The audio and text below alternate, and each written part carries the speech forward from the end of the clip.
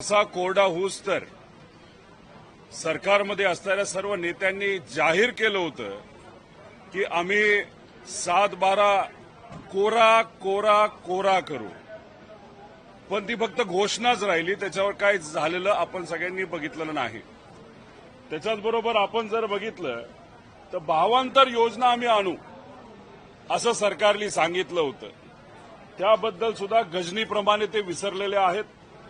7-12 कोरा कोरा कोरा. त्याच्याच बरोबर आपण जर बघितलं तर सन्मान निधी 3000 वाढ करू. म्हणजे मोदी साहेबांच्या उपस्थितीमध्ये मुख्यमंत्री झाल्यानंतर आत्ताचे मुख्यमंत्री जेव्हा बिहारला गेले होते, मुख्यमंत्री साहेबांसमोर त्यांनी सांगितलं होतं की महाराष्ट्रामध्ये आम्ही मोठी वाढ ही तिथं सन्मान निधीमध्ये करणार आहोत.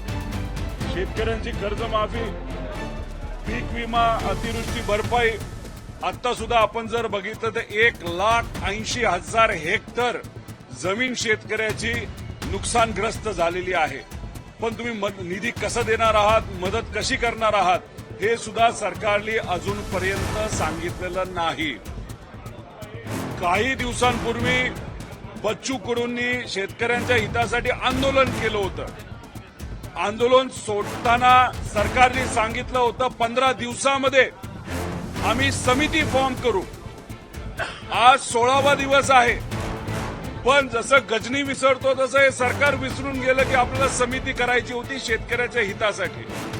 त्याच्याच बरोबर आता जर आपण बघितलं तर 14 लाख हेक्टरपैकी फक्त 33% जमीन आज महाराष्ट्रामध्ये पेरणी खाली आलेली आहे. बाकी अजूनपर्यंत बऱ्याच ठिकाणी पेरण्या झालेल्या नाही.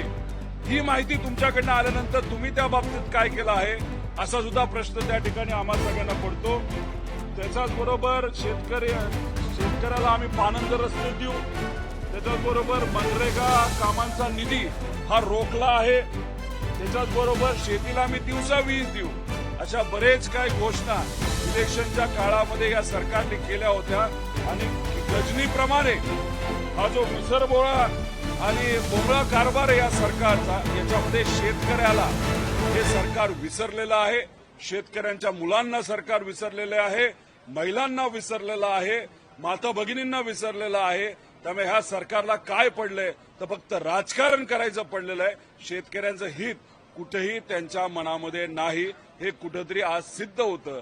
त्यामुळे आज अधिवेशनामध्ये सुद्धा जेव्हा केव्हा आम्हाला संधी मिळेल तेव्हा शेतकऱ्यांचे मुद्दे नक्कीच तिथं मांडण्याचा प्रामाणिकपणे प्रयत्न करू.